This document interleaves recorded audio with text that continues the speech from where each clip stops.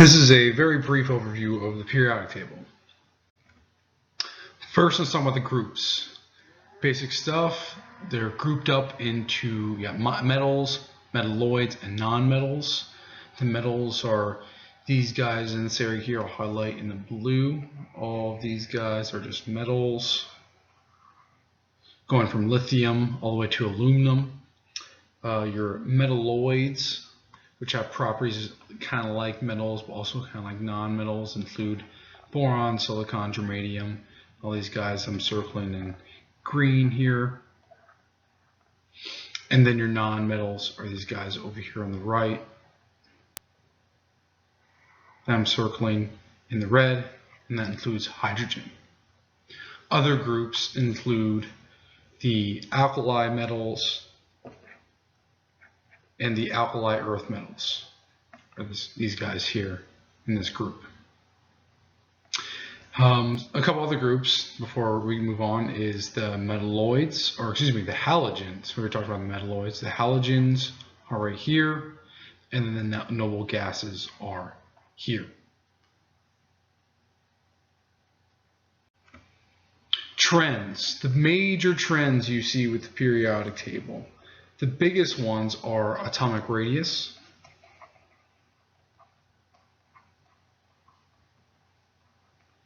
which kind of goes from the top right to the bottom left, increasing in value. So as you go this way, the radius gets bigger, and the radius is based on the outer electrons, how they float around the atom or part of the atom. So cesium is a lot bigger than fluorine, or potassium is definitely bigger than phosphorus. That's just one of the trends. Another one you see is ionization energy,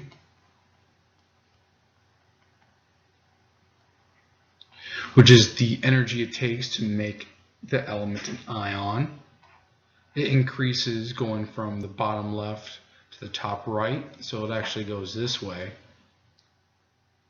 So fluorine has a much greater ionization energy than strontium.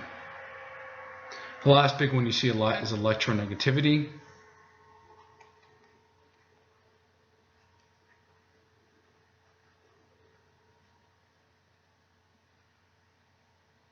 And electronegativity also increases going up to the right. And a very easy way to remember this is knowing that by far the most electronegative atom is fluorine. So if you can remember that fluorine is definitely the most electronegative, you can kind of remember the trend going up into the right. The blocks, the elements are set up in different blocks. This is the S block. This guy right here in the middle is the D block.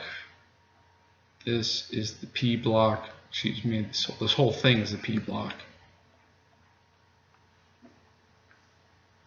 And down here is considered the F block. We're not going to worry about that for now. We'll get more into the blocks in a second.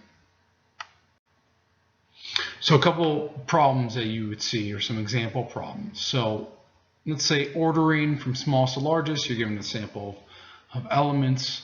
You got magnesium, silicon, sulfur, and sodium. How would you order these guys from smallest to largest? Well, let's just go back to our trend. The trend going from small, or basically the overall trend for atomic radius is going from the top down here. It's going that way. So these guys down here are bigger than the guys in the top right. So as long as you're following that, you're good. So you look at it and you say, well, the smallest one is going to be whichever one's on this side. So it's going to be sulfur, silicon, and these guys are all in the same period. So you can see it's going to be sulfur, silicon, next is magnesium, and then sodium in that order.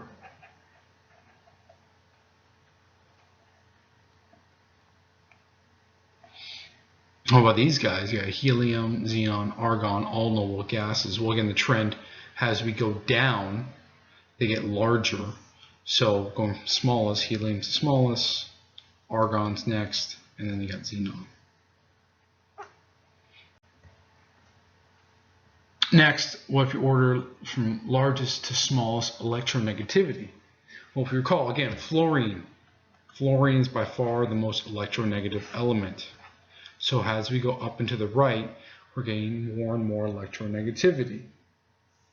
So automatically, the largest one is going to be fluorine. Next is going to be carbon, then lithium, then potassium, then cesium. Just going by the trend. Our last one. So strontium has an electron, and this is what they call the noble gas electron configuration, because you use a noble gas to abbreviate it. Makes it easier to write it out.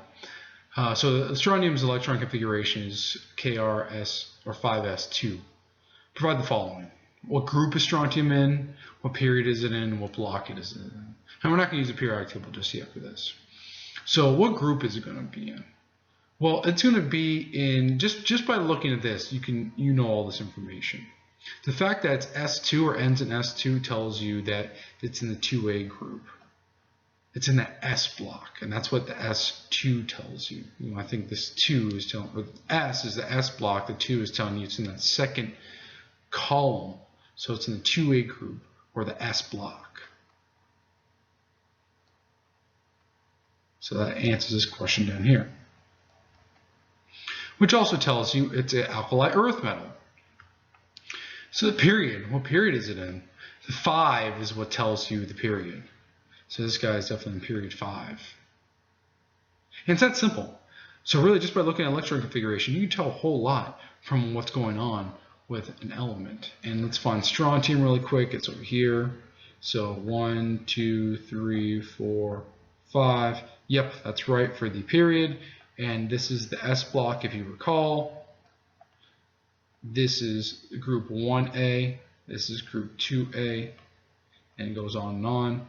So yeah, it's definitely 2A in the S block. And there it is.